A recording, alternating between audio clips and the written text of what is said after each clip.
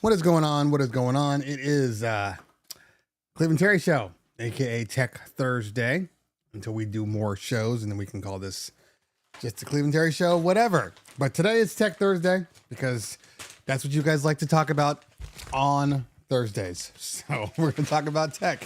Hope everybody's having a fantastic day. I'm going to go through some mail as I talk to you because there's a couple things that I need today. I have a new monitor coming. I was hoping it was going to be here before now, so I have to use this old ass monitor. When I tell you how bad this monitor is, it's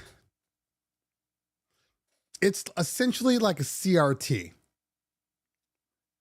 but it's a flat panel, but it's old. It's the first LG monitor we ever bought.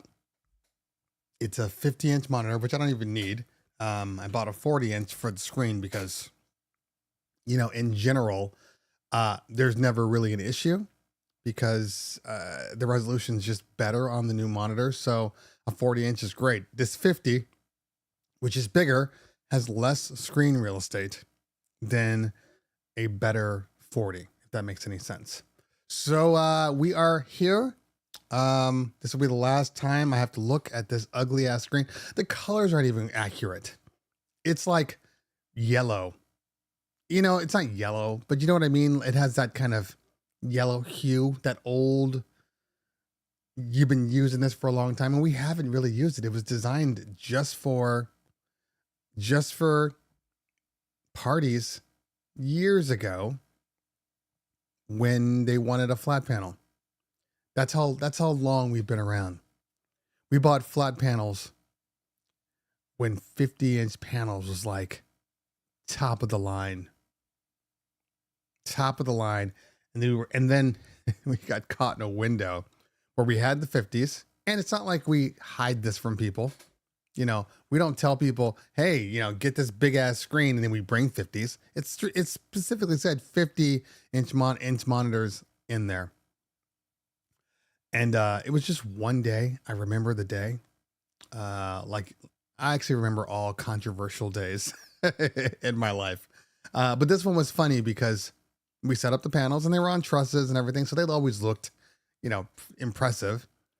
And then we put them up and a client comes up and she says, "This is it?"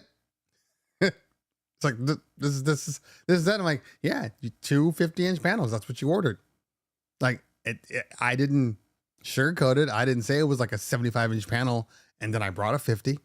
It says 50-inch panels, but this goes back to what I have noticed over the last few years, but specifically the last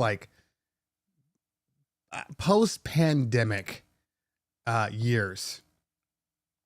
What I have learned, nobody reads. Nobody reads at all. At all.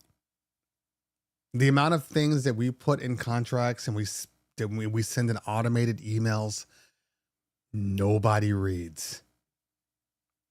How many times I'll send an email saying, "Hey, by the way, we arrived 2 hours before your event, which is at this time," because we have all their information. So it's just mail merged into the email. "We will be there on Saturday at approximately 4:00. What time are you going to be there? What time are you going to be there? That's that. We sent it to you 2 weeks ago. I had a guy yesterday. Sorry. You're my first conversation today. I had a guy yesterday email us. We had a meeting scheduled, and he said, and I said, "Hey," and I'm looking at the notes at the meeting, reading the notes before I call somebody. What a concept. And I'm reading the notes and it says, "You guys have just been sending me so many emails. I just want to make sure that we're ready to go." And I open up all the emails we've sent him, and we've sent him like one email last week. And then we sent him another email like 4 weeks before that, and then another email 4 weeks before that. And every time they were completed, the questionnaires were sent out. He completed them. So when I called him, I'm like, hey, what's going on? He goes, yeah, I mean, I'm just making sure, I'm a little concerned because you guys keep sending me all these emails and I think we're done. I think we're all set up. And I go back and look at his emails and I'm like, I only see the email saying we're going to be there 2 hours before cocktail. That's all I see besides our standard emails. Which ones are you seeing? Because I don't know, man. It felt like there was a lot of emails. I'm like, no, we're just standard. You're about to pay $250,000 for a party. And we're just making sure that, we got everything we need and you got everything you need. So anyway, but nobody reads. Nobody reads. It is unfortunate, and we spend all this work sending things out to people, trying to like head people off. Doesn't matter. They'll still ask the same questions. Non-stop. So back to my ugly ass monitor, story. So the 50 inches were, not enough anymore. Right then and there, we got through the party and, we went out and bought, 75-inch monitors. And we rarely use them. The monitors to me I hate them. I hate them because I know what else we offer. And, people doing monitors on displays, on trusses, that's kind of died. At least in my market, nobody really asks for that anymore. Like they're either asking for, standard video projection, like a 10-foot screen, or LED wall. Like that's it. Those two. So anytime people are like, you know what, I just want the TVs. I'm just like, I don't want to go there for the TVs. Now I got to make sure that the DJ has Serato video or, whatever. I got to make sure that they have all this stuff. It's just dumb. It's dumb for those small ass things. I'm like, you're just going to want to put a logo on there anyway. They're too small to really do anything. And then once you start doing LED walls, you realize how dumb they look.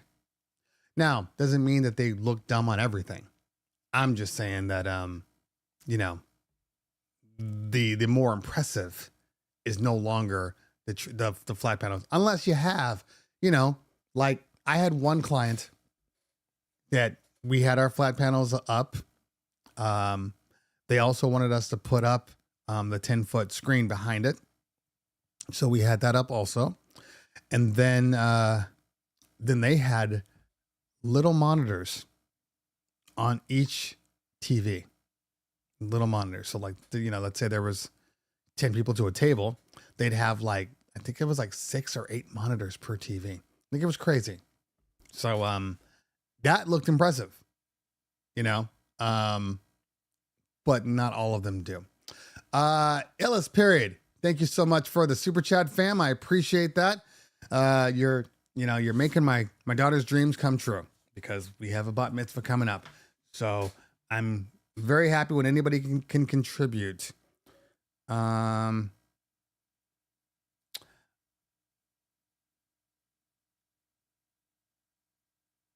Okay. I'm sorry. This is my fault for looking at my emails. Do not disturb. This can really screw me up. Sorry. I'm back to you guys. Never should have looked at it. Mixmaster GNL in the building. What's going on, fam? Good to see you. So,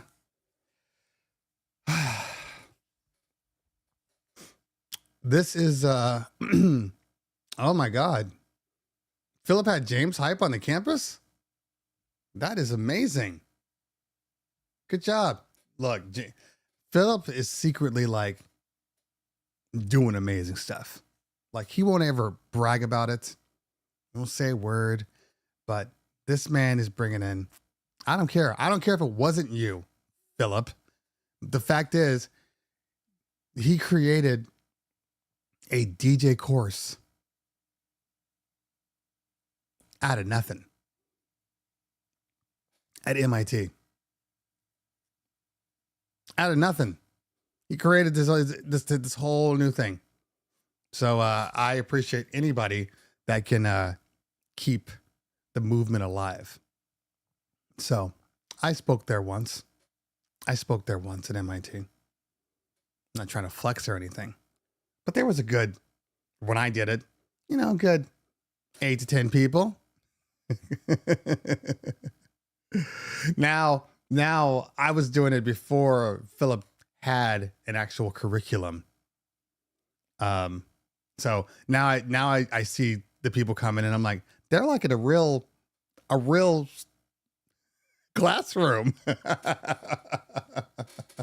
Like they're really doing stuff now. I was in like the break room. Snacks were falling around me. People were like, "Oh, excuse me, sir. Let me get my coffee."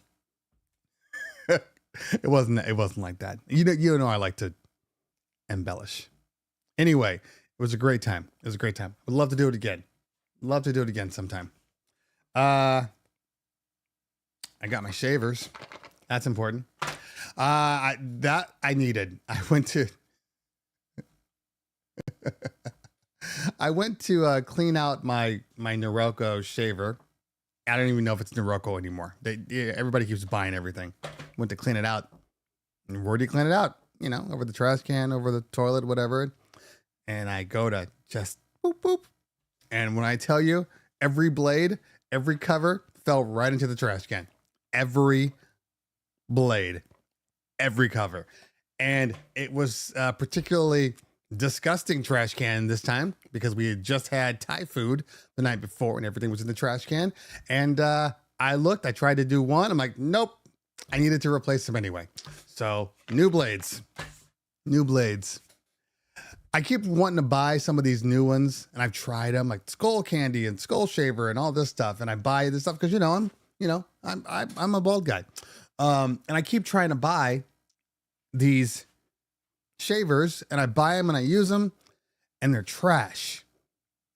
I keep going back to my Norelco that happens to be like, I feel like it's like 15, 20 years old. Keeps on working. Okay. Enough about my shaving. Has CT lost weight? First time here, Callow? Yes, I have lost weight. Well, technically I haven't lost weight. Technically I've gained muscle. But yes, I have lost weight. I have been, I don't work out that much, in all honesty. I work out 2 to 3 times a week. And then, basically I take my dogs out on walks like every day, at least once a day. That's it. I don't really do a lot. I've been eating like crap lately. Just in all honesty, because I've just been swamped and dumb.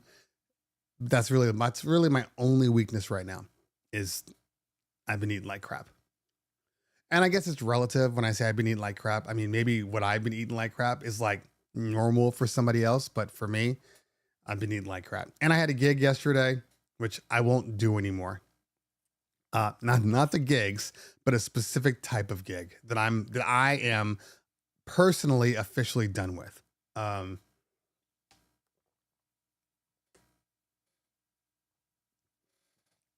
Okay. I personally am done with school events. Not all school events. And it's not even the school. It's not even the school stuff that I have an issue with. I am officially done. I'm officially done with cheap school events that want to control every aspect of your life. I'm done with those. There's certain schools that we do that they don't have a lot of money. We know this. And we do them. We just match their budget.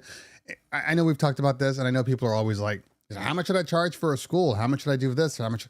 Look, schools are they are non-consistent at best. And what I mean by that is every school has a different budget. Every single one. I might do a school where they hire just, DJ MC, and let's say one school might have a budget for, usually these parties are 2 hours. Maybe they're 3 or 4, but usually it's like 2.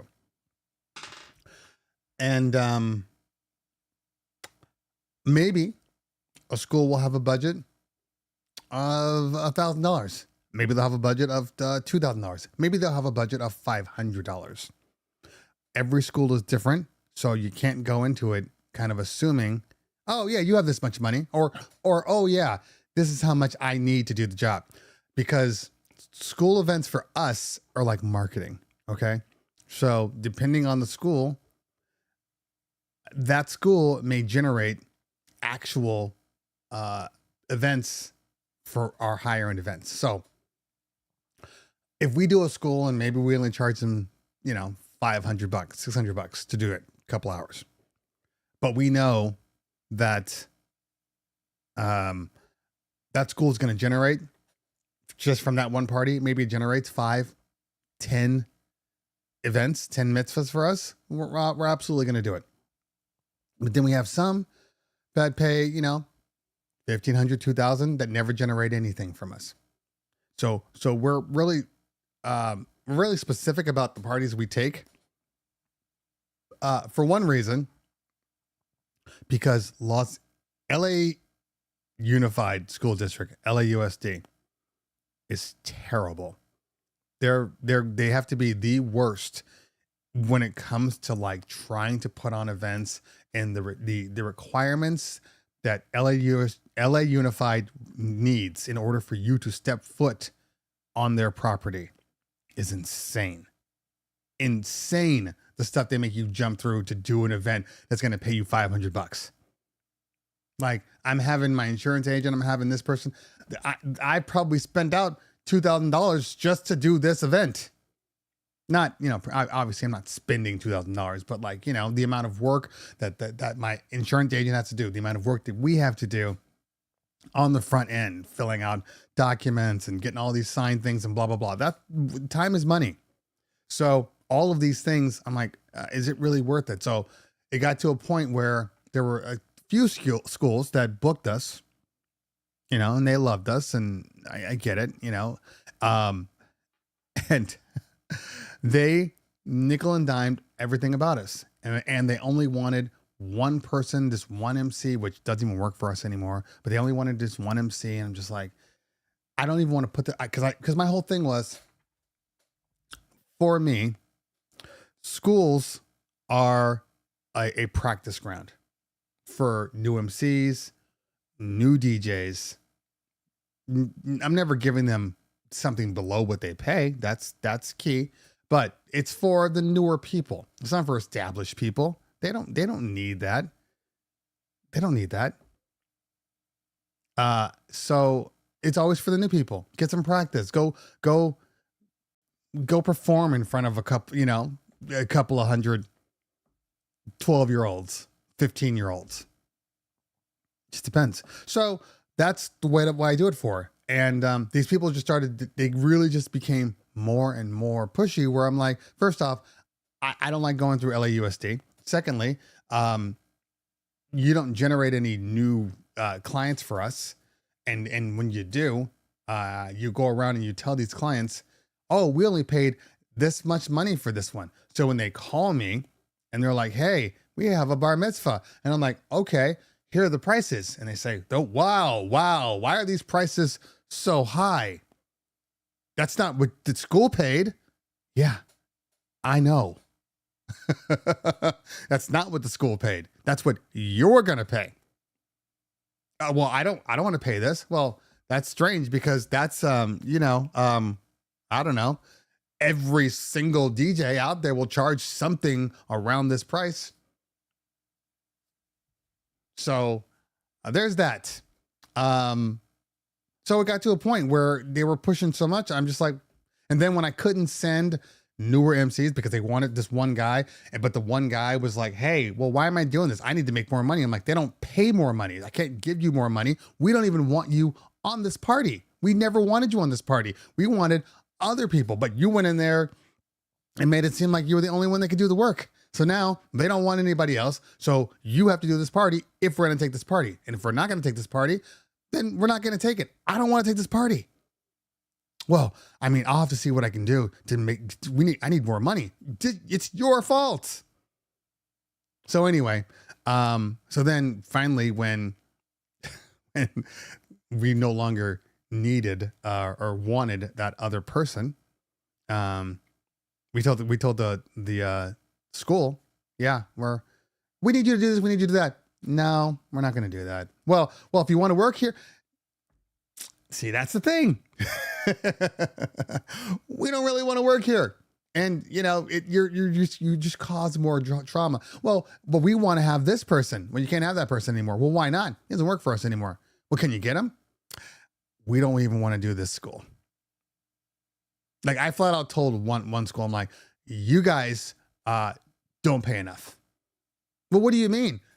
You don't pay enough. I can't get anybody to work your parties because you don't pay enough. You see, you think that if we book a party with you and you pay us $500, you think that I'm going to say, oh, hey, MC, I know you normally get paid, I don't know, $500, but for this school, you're only going to get paid $100. And they're going to be like, yeah, I like that idea. I'm going to spend half my day doing this stuff. So I'm like, you don't pay enough. So you don't pay enough. And I can't get anybody to work this party. The people I want to work these parties who are, you know, lower on the tier, but need practice and everything, I can pay that amount. I can pay a newer DJ or new MC for 2 hours of work, you know, on a Friday afternoon. I can pay them $150, you know, $200. Like we try to pay them as much as possible. But if we have to rent a van, if we have to do all these things, like it costs money to run a business, right?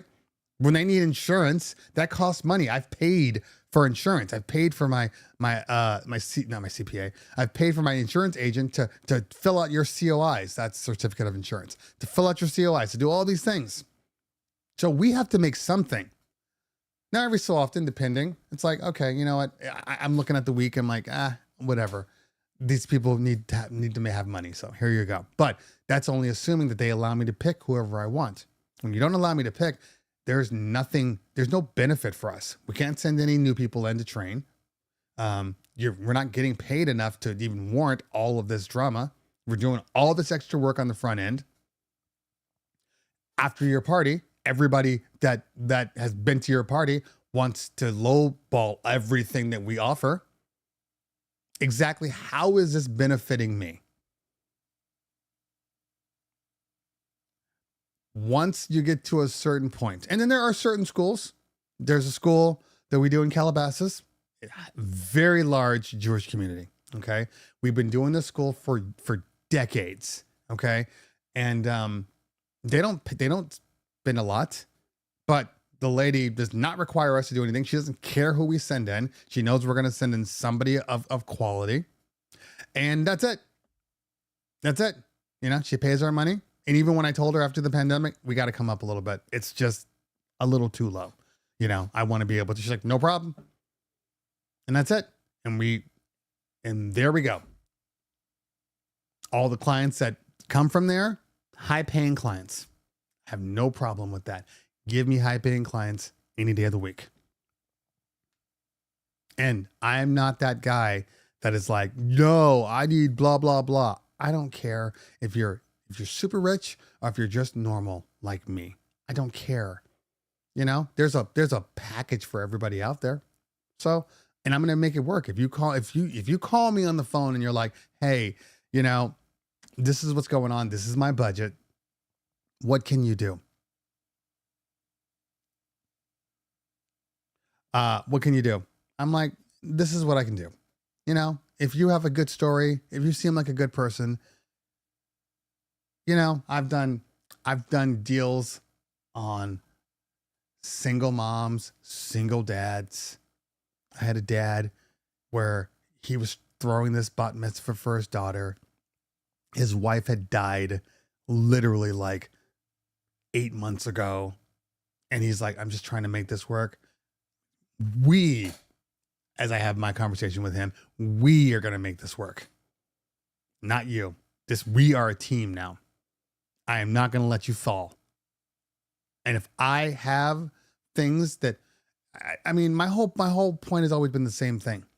You know, once I recoup my costs on something, I'm able to give you more free stuff because I have it.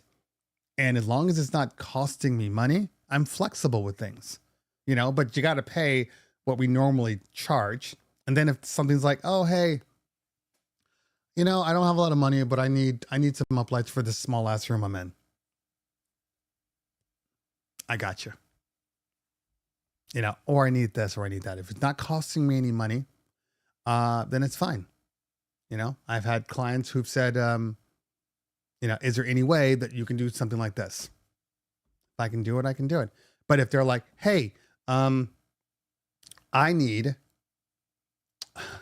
I would like to do like the CO2 tanks, you know, the CO2 guns. I'd like to do something like that. I'm like, okay, we can do that. It's going to cost you some money. What do you mean? Well, I have to pay to fill up these CO2 tanks. It's not free.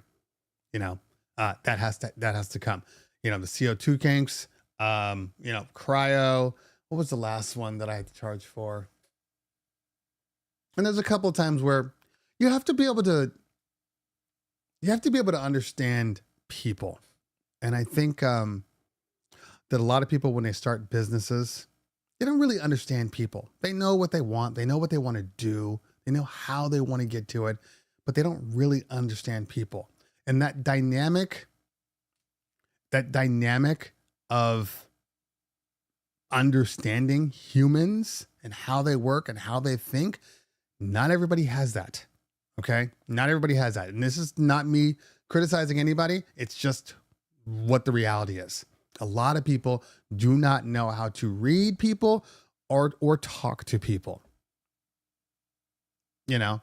And I think if we tack on the fact that most DJs are essentially cool nerds and nerds are introverts, typically, you're in a situation where you don't know how to speak to people. I mean, you think you do, but you come off sounding like a robot. You come off sounding like a salesman. You don't come off sounding like a real person. And when I say you, do not turn around and make this personal. Like, oh, don't talk about me that way. I'm not saying it's you. I'm generalizing right now. So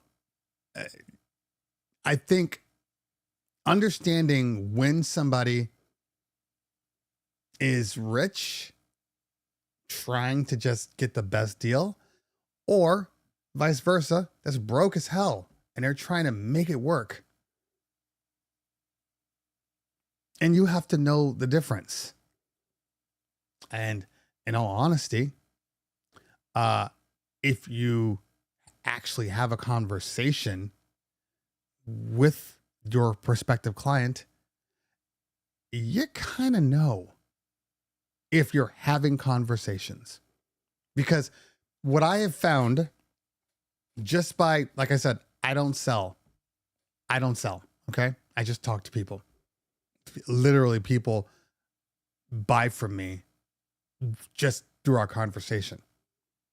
But what I'm going to say is finding a way to talk about other things in your conversation, even if it's self-deprecating and you're kind of flipping it around on yourself, whatever, finding ways to have an actual conversation, you will find more out about a person than just sending a questionnaire out.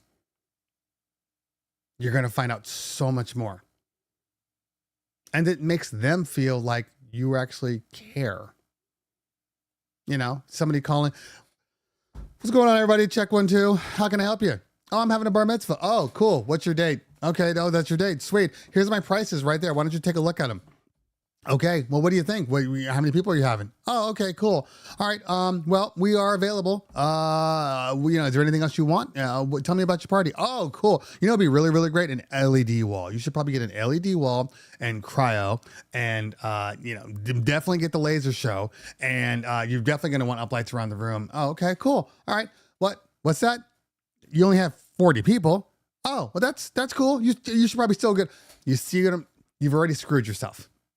Instead of having a conversation, talking to these people. Oh, nice. Well, where do you live? You live around there? Oh, I've been there. It's a great place. I actually used to spend time with my wife there. We go on vacation. Oh, cool. Yeah. Okay. Tell me about your kid. Oh, really? Yeah. I know. I got a 13-year-old too. Oh my God. They're kind of insane right now, aren't they? Oh my God. Yeah. You wouldn't believe. Oh, funny story. Oh my God. Yesterday, blah, blah, blah, blah, blah. Oh, really? Oh, yeah. Sweet. What about yours? What does he do? Oh, well, he's into sports and he does all this. Oh, God, he's a hip hop kid. Oh, you know it. Oh, yeah. Most of the kids that we're doing. Look, I'm having a conversation with nobody. Nobody right now. I just had a full on conversation. Now, maybe it helps that I'm used to talking to this circle in front of me. This thing. This has made me crazier. This camera, you have to love the camera. It wasn't like that when I first started with this camera. Oh my God. But anyway, just having a conversation and you will find out so much more. It's kind of like, I always remember, I know this is faux pas. I always remember the Cosby Show. And by the way, still one of the greatest shows ever. I know Cosby did some dirt. Okay, I know this. But my God, was it one of the greatest shows ever? Anyway, I remember more episodes of the Cosby Show than any other show in the world. Like distinctive, specific episodes.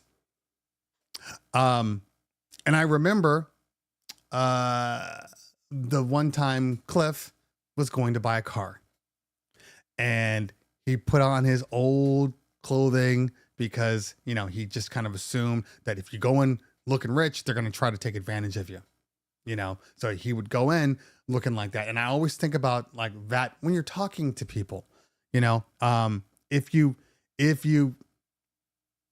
have to give them reasons to be forthcoming.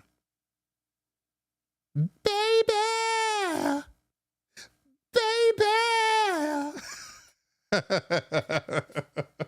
Oh, that's a great episode. That is a great episode. Anyway, so you got to give people a reason to have to talk to you. If you're just a vending machine, it's not going to matter. I've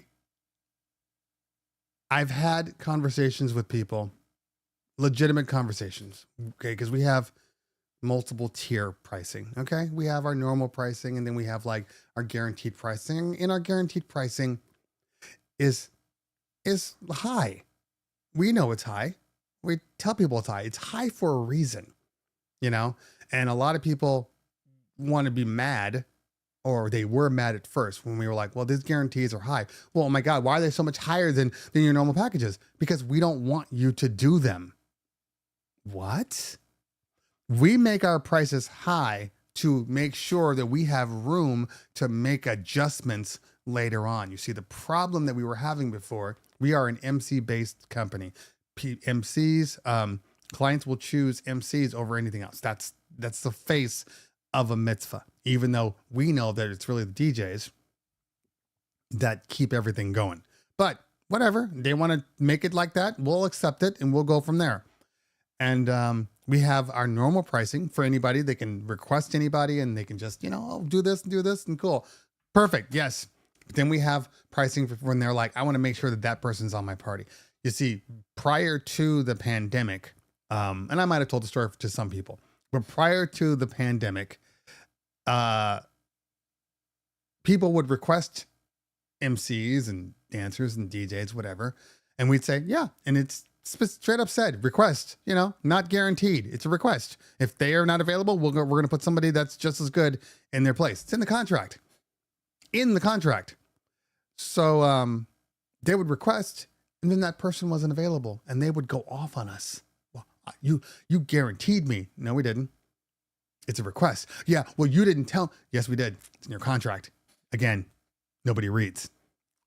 So they would be real mad at us. Oh, they did a bait and switch. They said I was getting this person, and they sent somebody. I'm like, we never said anything like that. You assumed. It's not my fault that you assumed. So after the pandemic, after we raised our prices in order to remain profitable.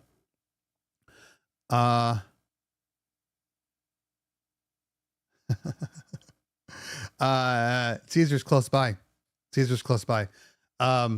Anyway, so what was I just going to say? So after that, we said, okay, we have to find a way to allow us to control our destiny. Everybody is legitimately trying to make these requests contractual contracts. And we would tell people they're not. So we came out with a new thing. We bumped up our prices for the guaranteed. And we first started out, it wasn't a lot. It was like $500. People didn't bat an eye. Brought it up again. And this was in the course of a month. We brought it up again. Nobody cared. That's fine. I'm like, nope. There's something. This is not good. Did it again. Didn't bat an eye. And finally I'm like, screw it. And I came up with it was a ridiculous number. And people said, whoa. What's the deal here with this guarantee, this premium? Why is it so high? And then I said, the price is right now. The price is right. We hit that number that makes people uncomfortable. I know this is a very hard thing to hear sometimes, especially if you're a one man or you're just starting out. I don't recommend this for anybody just starting out. This is not a just starting out type thing. This is you are established. You are considered to be one of the top companies out there. Now you can flex a little bit. That's what I'm talking about. Now you can start saying things like, we're not for everybody. Yes, our prices are more expensive than this person. Mm-hmm. Do you think you're better than them? No. This is our market. This is what people are willing to spend on us. And the reason that we came out with that was very, very simple. Very simple. It had nothing to do with the price. Okay. That's not why we wanted to do it this way. Okay. There are two reasons. One, we decided to make it just a guarantee on everybody and not a guarantee on one person, because if you put it on people, if I've never agreed with this. Okay. This goes down. And there's a lot of companies that do this. I've never agreed with this. When you have tiers, T-I-E, tiers, yeah, of quality. Okay. You got your normal thing. And then you're like, oh, if you want somebody better, well, they're in this tier and they're in this quality. And if you want somebody better, well, they're in this tier and they're this quality. I do not agree with that. Because to me, all you're saying is that these other people are not as good. Mixmaster, good to see you, pal. These other people are not as good. I mean, obviously you want to go with this higher one because this must be the best one. I think that's bad business for me. Okay. Because all that does is alienate other people.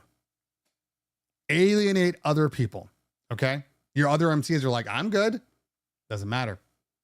Not price wise. You're not. Clearly you're not good. This person must be better than you. So, when we started doing it, people assumed, oh, well, you're paying more for this person.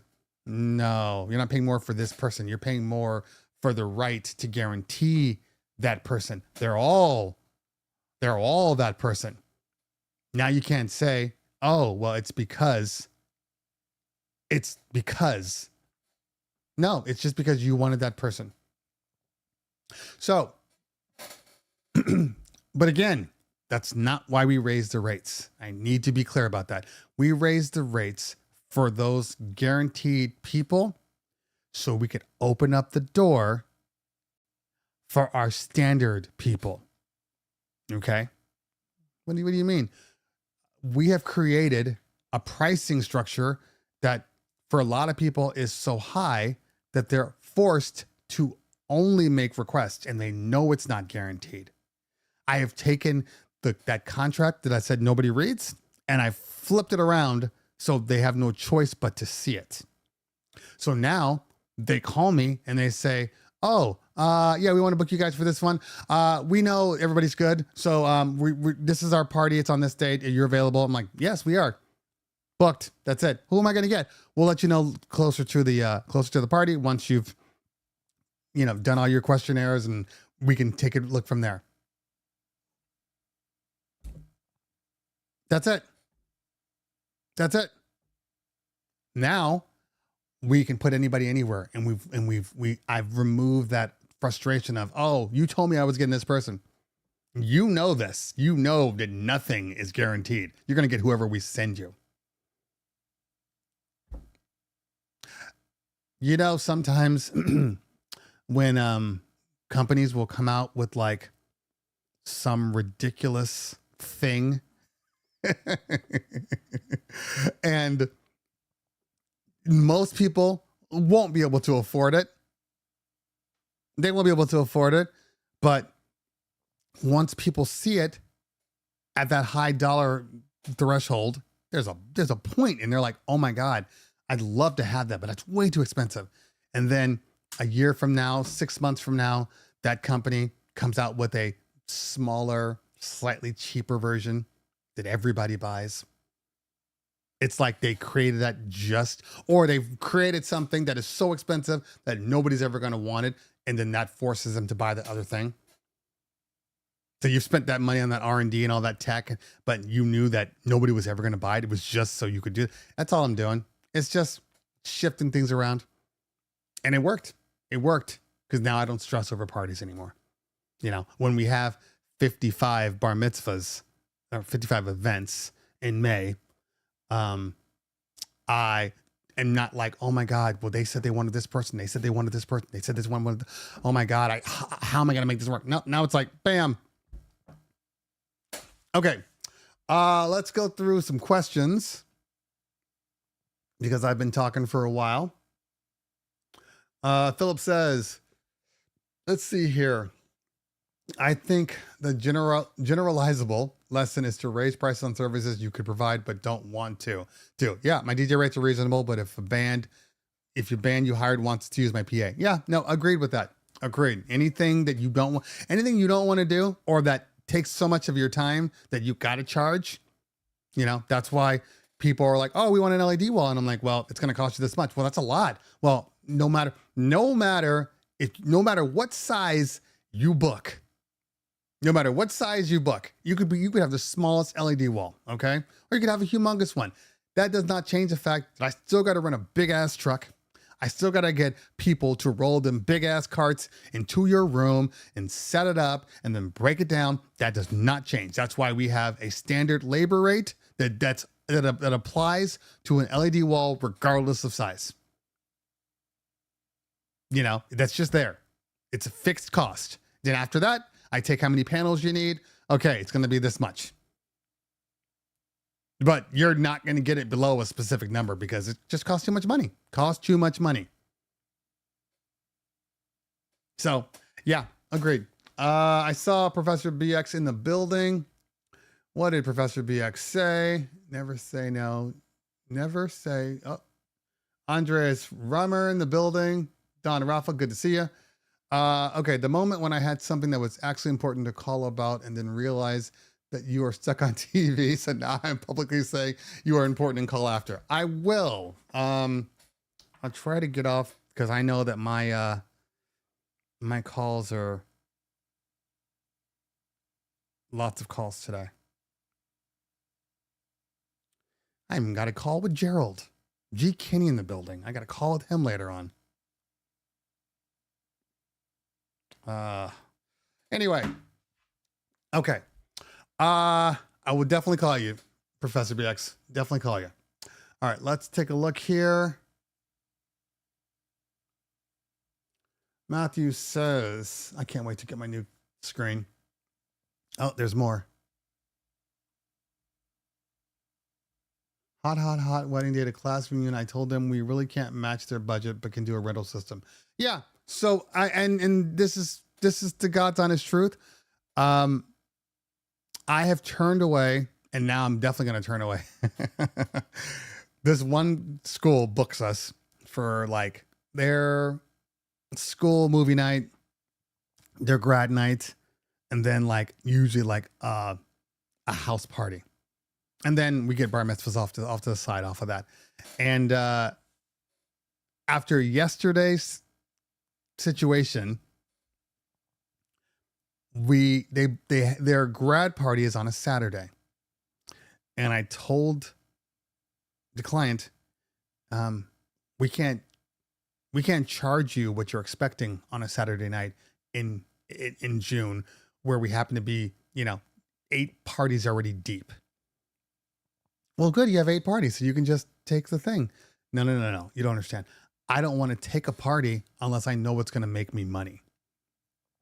There's no point if it's not going to make me money to take your party and then stress over the fact that the other 8 parties, oh my God, they're going to be covered. Did somebody flake out? Do I have to cover that one? Oh, now somebody flaked out. I got to put another person on that party. Oh my God. If we hadn't taken this stupid school party, we'd have 2 people right there. They only paid us $500. We just risked, $3,000 to $5,000. Sometimes you just have to think. And I know this is an East Coast thing where they do this thing where they have, which I think is pretty genius. I do something like that, but not to their extreme. A couple of the companies out there they're like, yeah, on our busy days, we don't charge more for the date. What we do is we require you to spend more on the date, which I thought that's pretty creative. I like that. So we don't do that per se. We just say, no, on a Saturday night, on a busy Saturday night, you have to pay, our bar and bat mitzvah rates somewhere close, or at least our wedding rates, in order to qualify for a party on Saturday, or else we're not doing it. And that's where we are. That's where we are right now. All these schools like, nope, sorry. Why? Because I got to pay my people more. They expect more on Saturday. So I can't do it. Sorry. I'm sure you'll find somebody else that you want to pay, $500 to. Probably not. That's why you keep calling us, but nobody on a Saturday is going to do it for $500. I told him, like, make it during the day. Make it like a 1 to 4. Put it on Friday night. Oh, well, nobody wants to do it on Friday. And people, well, then they don't really want to have good people, because there's not going to be a lot of good people for the amount you want to pay on a Saturday night. It's not going to happen. It's not going to happen. Okay. I think I see another super chat come in. Let's take a look here. No. That was weird. Why are you blinking? Okay. Either way. Oh, no. Oh, I can pin messages from here. Nice. I'm trying to keep up on the current conversations. I noticed that when I play back the, I knew there was another one. Big D. Thank you so much. I try. By the way, guys, I don't spend a lot of time on Threads, but I don't spend any time on X. So if you ever want like a consciousness, it's going to be on Threads. So basically, Instagram is the place I do most of my work. Okay. Meaning conversations, messaging, anything. It's Instagram. It's not Facebook. I'm barely on Facebook. It's absolutely not my personal Facebook.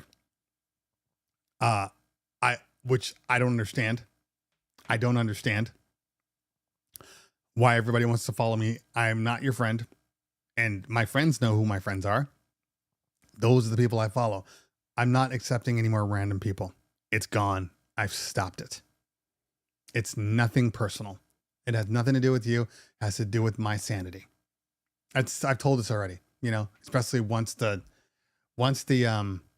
new president came into office.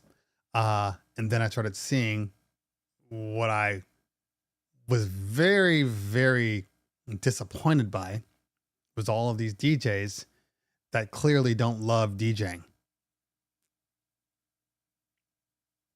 And that was a problem for me. That is a problem for me. And there's a lot of people that I used to bring in. Oh, sure, whatever. When I cared about numbers, which I don't care about numbers anymore.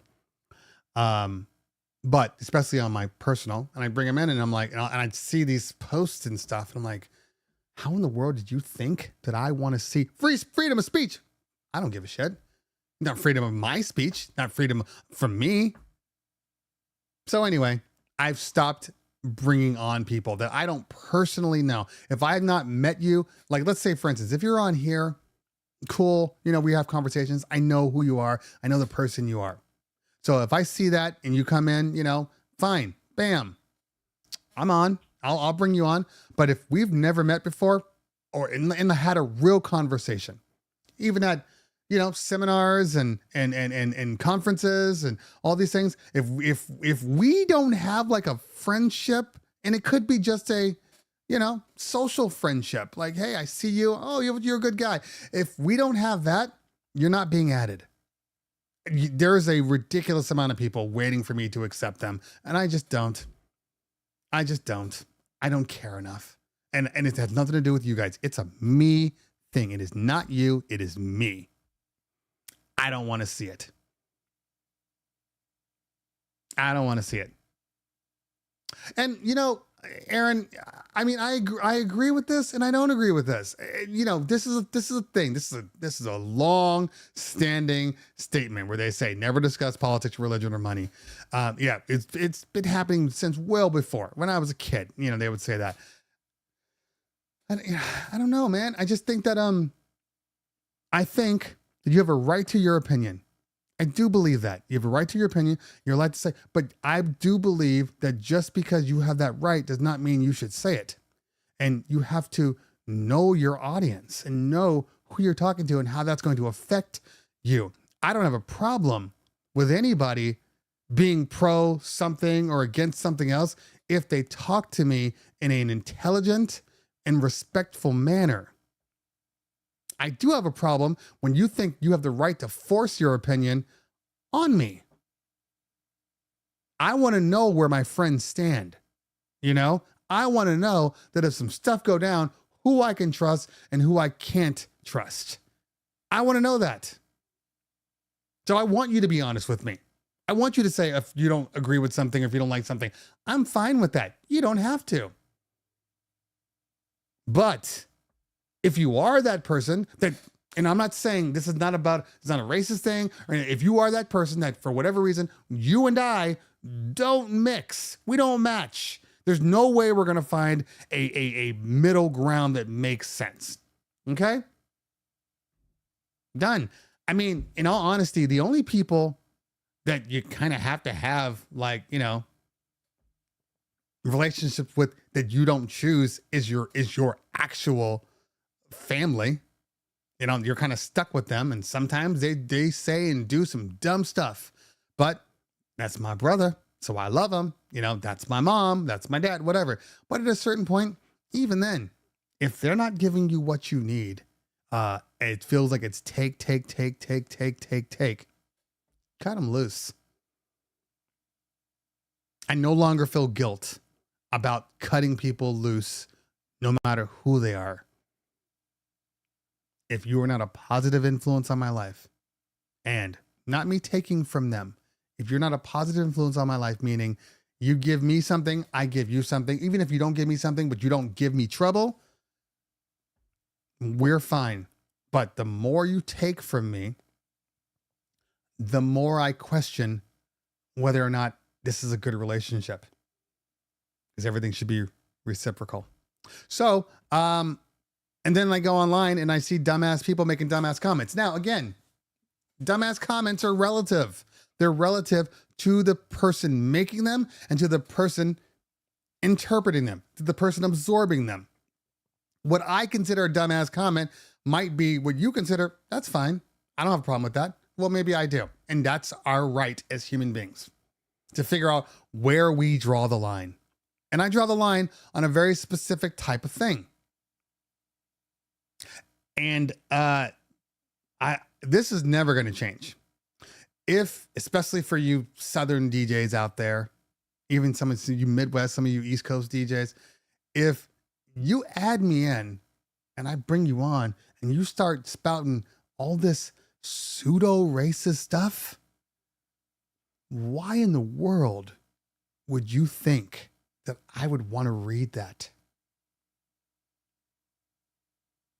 You get it? If you know something's a hot button topic, here's a little tip.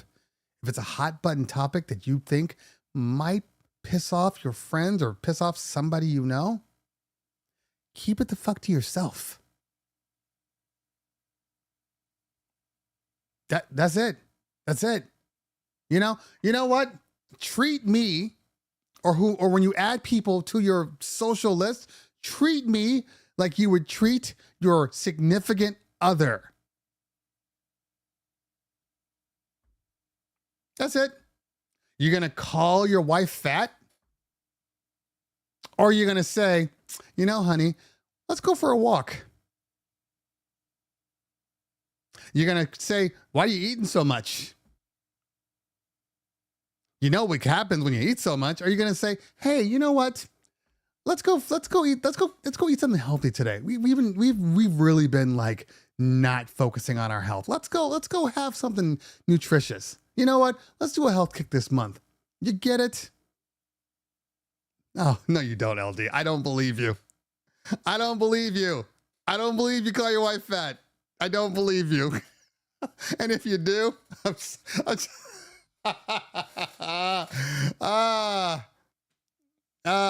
to each their own.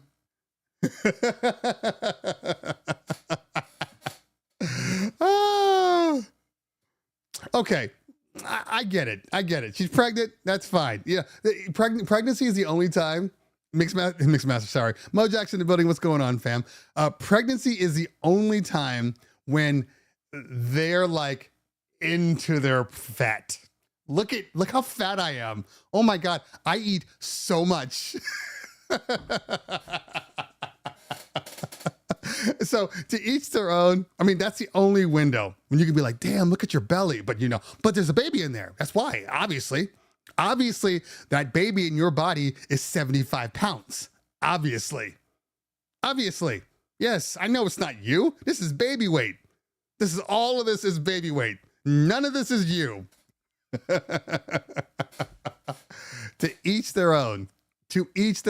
But yes, if you can't respect a person enough to realize that it can impact them, that it may it may impact them, it may put them into a situation, then we can't be together. We can't be in the same social world.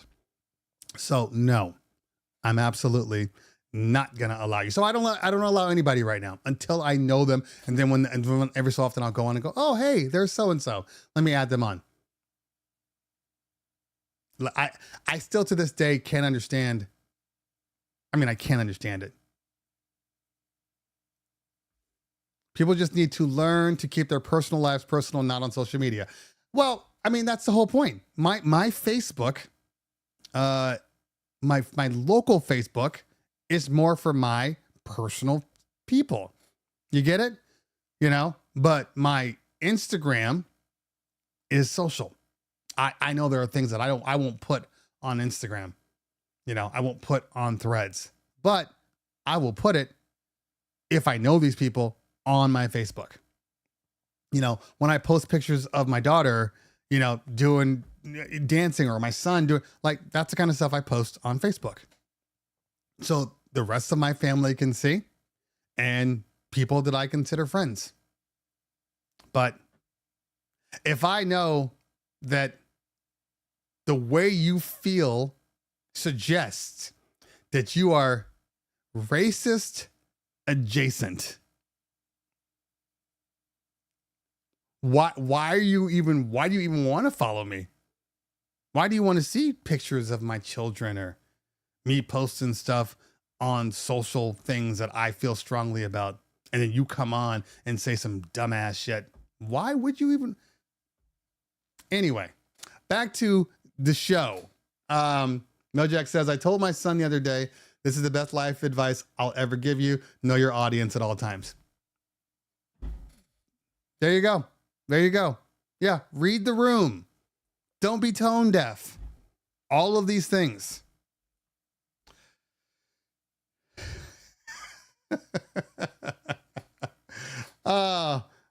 Big D said, he said, yeah, make sure you subscribe, hit the notification so you can be updated on the next time I produce some rain content. Which, full disclosure, everything gets a little quiet right around this time.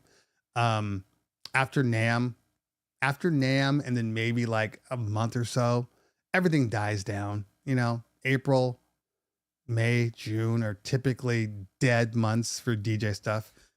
If you see anything, you might start seeing things pop up before the Atlantic City, the DJ Expo. You might see it then. So, well, you will see it then, actually. So, oh, rants. Rain, rant. You know, the fact that it auto-corrected to rain, R-A-N-E, would tell you just how much you type rain into your phone. Because it doesn't just default to rain. It's after you've made that correction many times over. And finally, it's like, fine. Okay. I got to give some love to Mac Joseph. Hey, pal. Good to see you. Thanks for hanging out. Any update from your usage of the Osmo Pocket 3? My usage. Well, I use my Pocket 3 every day, basically. I've been shooting the majority of my my content from my DJI Pocket 3. It is replaced, and that's relative, okay? Because obviously my A7 IV is my main camera. That's okay? I would not put my Pocket 3 up here and shoot. It's not going to have the same quality. But in general, my Pocket 3 stays in my bag everywhere. I have a little monopod that shrinks down to about this big. And then the Pocket 3 is about, this big. It sits in my bag. The Pocket 3 in low light is very good. That's the reason that I bought this specific one. Now, I know that they have the new 360 camera just got announced. So that's been a big thing this week. The 360, I forget what it's called. I know it's something 360. Insta 360. The X5. That just popped out. It's like $550, I think.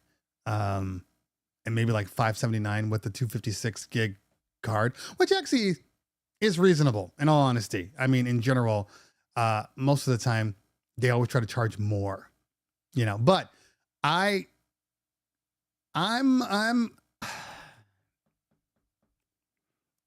I don't know if I still trust it.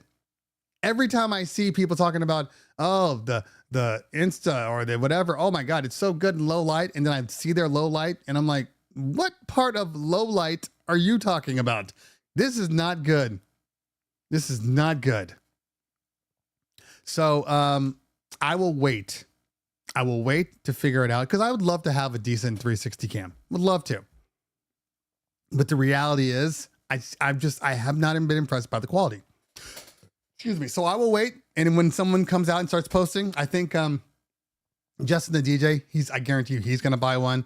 DJ Kova will likely buy one. Yeah, so we'll see.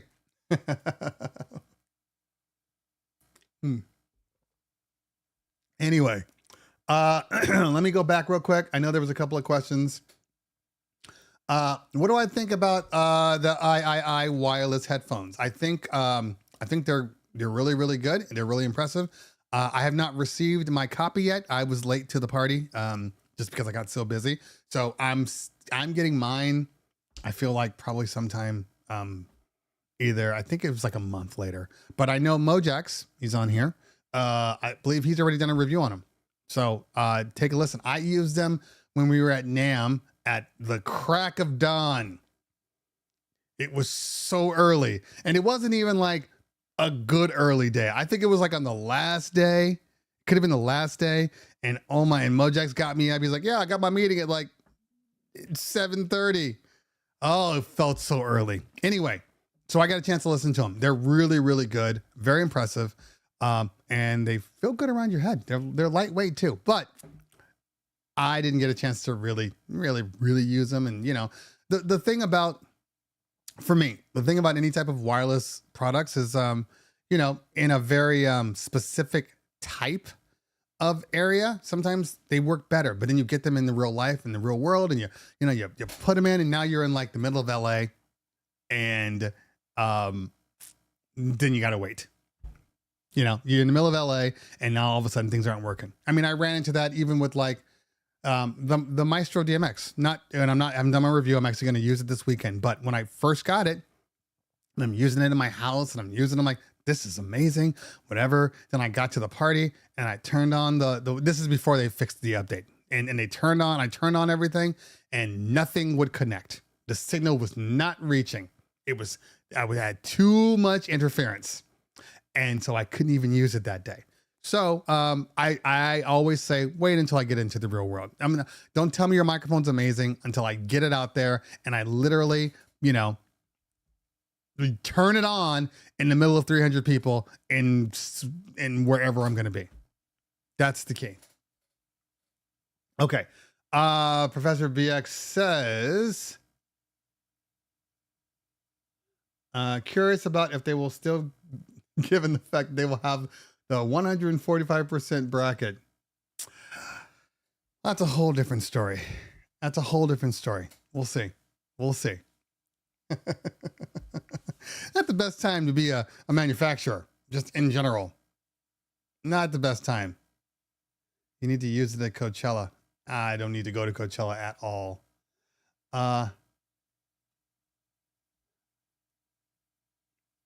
Is Becca still with The Verge? I thought Becca did her own thing now. Didn't she leave? By the way, Becca, as far as cameras are concerned, is one of the best reviewers of camera tech. Becca is amazing at it. But I thought she had left The Verge. Let's see here. I miss my Ray-Ban Meta glasses, so buy some more. Don't they have a new version too? Only Insta360 ACR Pro is good at low light. None of them are good at low light. They're not. Honestly, that's why I got the Osmo. I was not impressed. Oh, gotcha, Kalo. Okay. You know what? It's not even about that, Eris. It's not about that. I just a lot of people are terrible. A lot of people are terrible at shooting video. So many people, like, it's a real thing. I don't understand it, but a lot of people, for whatever reason, can't just do this. Oh, we were talking about this? Hold on. Let me just. Okay. Now let me just. Still in frame. Still in frame. They're like this all day. Hey man, can you keep my B-roll in the shot? Can you like, oh my God. Or I've had other friends that just for whatever reason forgot they were cameramen and they were just like in the shot. They're like, hey, asking questions in my interview. I'm like, yo man, you need to be quiet. This is not your video. Stop. Oh, you know, it'd be cool. Why are you in my video? You know, so everybody's different. And you just got to know. The best video person I had was my son. My son kept quiet. He was just happy to be there. And he would just get all the shots. Now, the one thing he failed at miserably is getting DJ content. DJ content is different than just getting video, a B-roll of stuff, okay? Because DJ content, it's very important when you're doing DJ content that you stay focused through the transition. Through the transition. And if you guys are ever shooting video, okay, for your friends, oh, let me get some cool stuff for you to post on your Instagram. You shoot through the transition. What do I mean by that? I mean that if a guy or girl is playing a song, song A, and you start recording, you don't stop recording until they've gone through song B. And even then, you give it maybe an additional 4 bars before you stop it. If you're like, hey, and then you go over here and I ain't taking a picture of the crowd, but you turn it off, you're like, hey man, I got some content for you. Let me send it to you. And they send it to you and you're like, I can't use any of this. I can't use a damn 1 second. And they're whipping around, doing all the things. Just stay there. Anyway, so the 360, there's a couple of reasons that I don't prefer the 360. I don't really love the fact that I have to use another app to edit my footage. And I know that they make now a plugin for DaVinci Resolve that allows you, but I still have to, I don't want to do all that. I only have so much time as it is. Now I'm going to be, no. So I use my Pocket 3. And when a Pocket 4 comes out and they make it, more water resistant, or I don't want to say more water resistant, it needs to be water resistant because that's the weakness of the Pocket 3. There's no water resistance. And the lenses, as good as they are stupid. They are so stupid. The way they put them on is smart with the magnet. But the fact that you can't turn off your Pocket 3 with the lens on because it won't close properly. The fact that if you don't put the case on in the exact specific moment that you have angry baby syndrome, all that stuff, they're going to fix it. And I have a feeling that that'll change everything. But I might buy a 360 at some point. I just don't think it'll be my main camera. Okay, let's see here. I bought my wife. Where'd it go? See, I can't even see this damn thing. I bought my wife. I bought my wife, I bought my extra wife, ex-wife, got it. 3 different iPhones because she didn't realize she had to hold the damn thing steady. Yeah. And now with the Pocket, it has tracking in it, and all the new DJI gimbals have little tracking modules in them, which is very, very cool. The only problem with the Pocket 3, it doesn't do a full 360. But I think these new modules do full 360s. It's been changing the way I've been doing reviews. In all honesty, having a DJI mic on me, and it just connects perfectly to the Pocket 3, and I can just start going, and I get perfect quality, and I can move around my warehouse, and it tracks me. It's the thing that I needed. Now I know that I can get the new DJI gimbal with it, but I don't want to bring the weight around. Okay.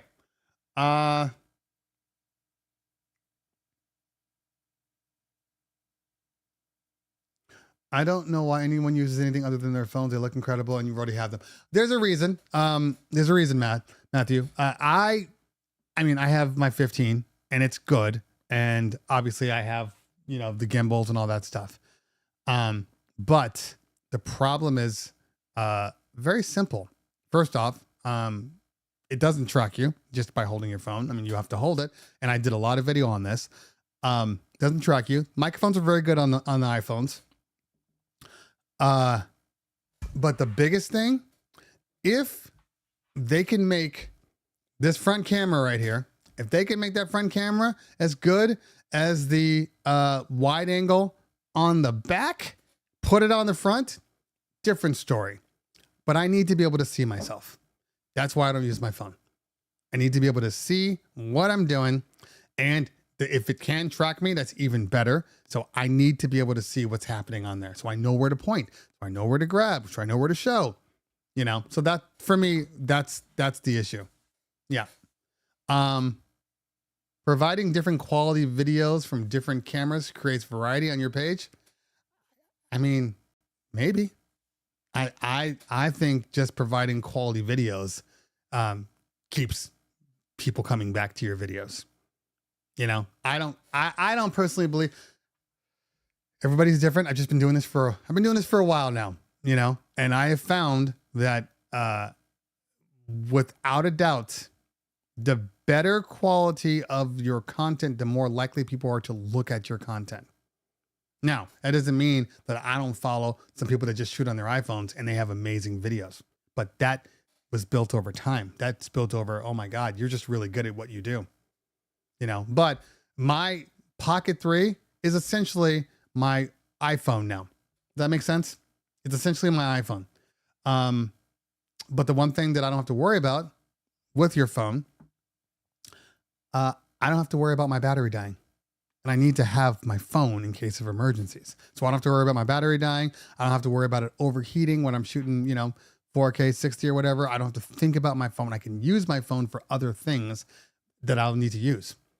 I mean, legitimately, I just set my camera up and hit record. That's it. I'm done. I don't have to think about anything. So to each their own. I know a lot of people are phone people. I like to have a dedicated something. I'm a very compartmentalized person. Okay. That's me. If I don't want something that's going to do 40 things, I'd rather have something that does 3 things well. And then I get another something that does another 3 things very well. That's it, you know, but if I'm talking, teach your own. I've talked about enough about it. Yeah, most people aren't. Why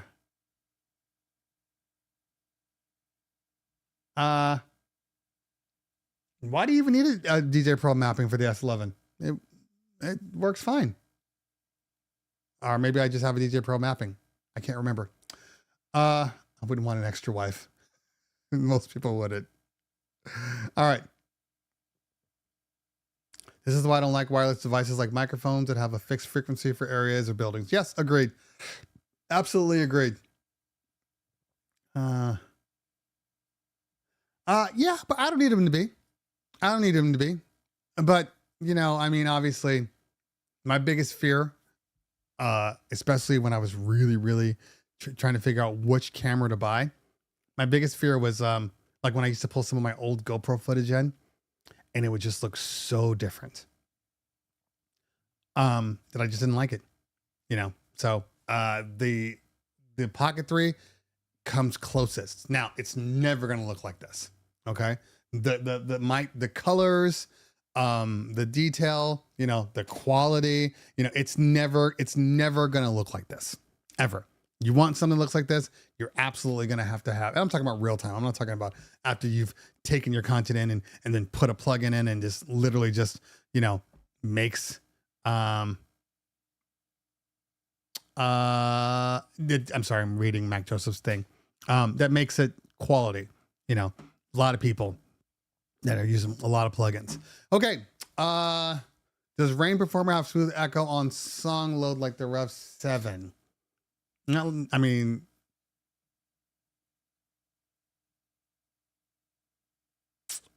they have something, but in all honesty, nothing.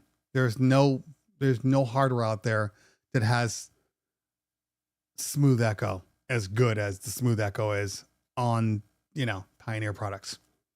There's not one. You know, they just, I don't know. It just sounds good. Okay. Let's see here. Anything else? Yeah, I agree, Philip. I would definitely not want to have my phone just sitting on the corner. You know, it's just it scares me. It scares me. You know, but to each their own. I mean, I've used both too. I have a gimbal on here. I'll shoot with the camera this way, and then I'll shoot with my phone. You know, maybe at the crowd this way, and then just be done with it, so I can get two shots. Absolutely, would do that. You know, the low light on iPhones is good. Is good. Um, I mean, there's only so much you can do with a sensor that size. Okay, it is 12:04 for me, and I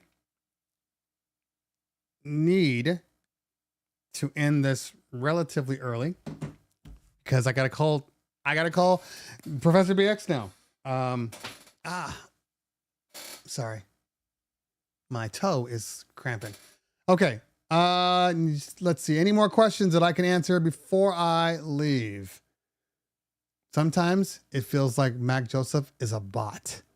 And I know he's not a bot. But sometimes when Mac Joseph comes in, he comes in.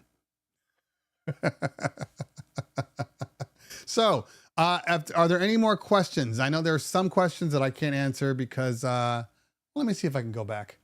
Can I go back all the way up to the top? Let me see. Oh, I can on the original. I'm keeping up two different texts right now. I got the history, and then I have just like my, my OBS. I can post this type of stuff and put it in. Okay, let's see here. Any questions? I know I missed one.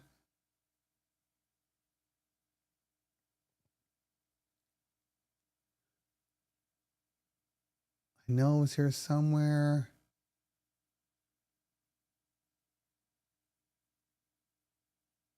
James Hype is technically one of the most skilled DJs out there. I know he gets a lot of slack, but I can tell you the guy's for real. James Hype is great. James Hype he's a fantastic DJ. I don't have a problem with James Hype, and you could do whatever you want and promote yourself however you want. He's earned it. He's worked his ass off, and he's gotten to a point. So, and I met him in real life. He's just a super down to earth guy. Okay. But I think there's a point where you can oversaturate a market and then people just grow tired of you. It has nothing to do with your skill sets. Just people are just like, okay, I've seen this. I've seen this. And he was doing that. And I think that kind of turned a couple people off. And now he's doing the kind of the documentary style. To each his own. I mean, if it works for him, it works for him, But there was a guy on Threads a couple of days ago. He was like, James Hype is the best DJ on the planet. I don't know why he gets so much hate. I'm like, James Hype is very good. I'm not going to throw him as the best DJ on the planet, but he's very good. He's better than most, but I don't consider him to be the best. And it's that kind of weirdness that people do where I'm just like, but to each their own. To each their own. Can you map the sync button on the S11 on? Yes, you can. Go. Why is it? Okay. Sorry. I'm sorry. There we go. But it's not new. Let's see here. Any more questions? What are the anthems for school dances? Yeah, I mean, you named them. Go away. You named them. Fiend. Look, I said Party Rock. Yeah, Party Rock Anthem is not really an anthem anymore. But it just depends on where you are. It depends on what you're doing. And it depends. Remember, schools, you have to be very careful with schools and their anthems and what you play, because you could play something that the school does not like, and then you lose your jobs. Okay. Your future jobs. You have to think of schools like, if you were in a car with, children and you were playing music for them, Would you play the same music that you would play normally when there are no kids in the car? Or are you going to maybe change it up a little bit? You know, you got some 7-year-olds or 6-year-olds in the car, and that's the way it works. You know, you have to be aware. Anytime I play music, I'm very, very, very choosy.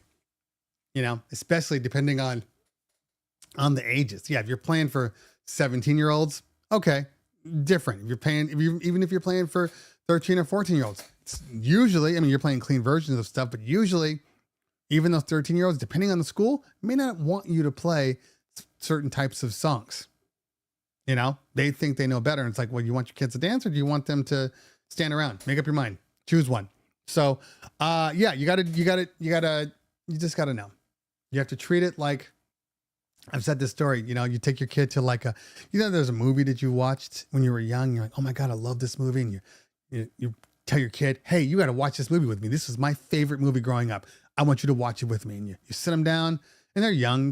They're not like teenagers, but they're young. And then you turn on the movie, and then you're watching the movie, but you're not watching the movie in real time. You're watching the movie like 2 minutes ahead of what you're actually watching, because you're preparing for, oh my God, I totally forgot that somebody comes out of the darkness here and screams at the blah, blah, blah. And oh my God, this person gets grabbed by this person. Oh my God. And all these little things are happening, but you're not in it in real time. And that's what you have to DJ for kids. Oh, you know what? I forgot in this song that they say, you know, I want to get sexual, or I want to talk about drugs and whatever. Oh, I got to mute that out. You have to be ahead of it. That's just the key for kids music. You have to be ahead. All right. Let's see here.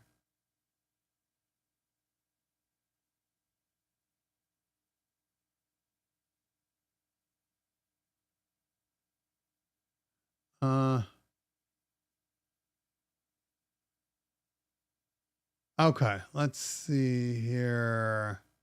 I think we're good. And Mac Joseph has come in and chat bombed the whole chat, because the chat has gone to quiet, to nothing. So I think we're good here today. I don't have a problem ending at 12:10. I think we're good. This is nice. This is nice. This is very nice. We got some content out. I hope it was worthwhile to you. What more can you ask for? Leave them on a high. Leave them on a high. All right, y'all. This weekend, what am I doing? This is true. This is true. Absolutely true. This weekend, I am doing a wedding. I'm doing a wedding with the band. I am going to update the Maestro today. And that's my big thing. We're going to test. I'm bringing out the Evolve 50s. Evolve video soon. Soon as I can get a good enough feel. I used them yesterday. One thing I can say, totally forgot about this. Evolve 70s. I meant to take Evolve 70s. I used them outside. They sounded good. I for some of you might be like, so it sounds good. Not all column arrays work outside. There's certain column arrays I put out there and they disappear. They just disappear. The bass was really good on them. I was very impressed.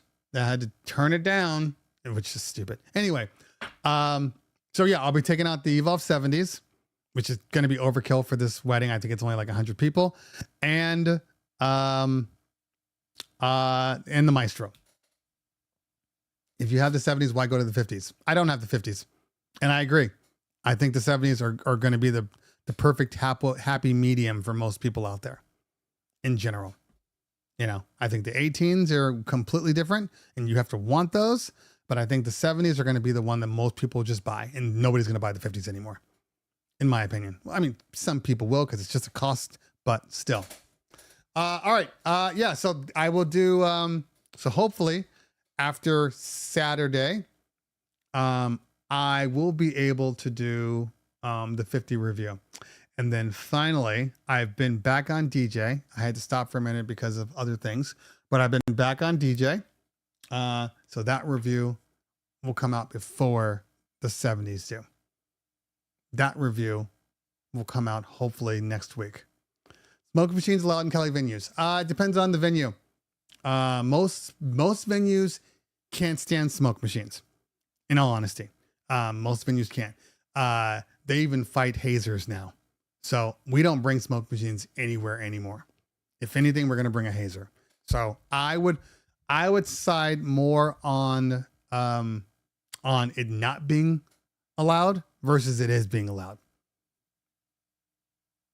So, unfortunately. Anyway, all right. I do have to run, y'all. I will talk to you guys soon. And for all you people having parties this weekend, have great parties and, generate some questions. If you have them, you know what, throw them in my Instagram DM, which you guys should all be following me. If you have questions or if you want something, if you have show topics, something you want to talk about, send me a DM. Send me a DM, and I will trust me. I read them all. I will compile them, and then maybe we'll do something like that. So please do that because I know I'm going to get real busy real fast. I'm still going to have the show, but I'm not going to have a chance to do anything. My life's going to get real crazy in May, like super crazy. All right, got to run, y'all. Hope you guys had a great time. I will see you next Thursday or any videos that I post earlier. Follow me on Instagram, Cleveland Terry with an _. See you soon. Peace out.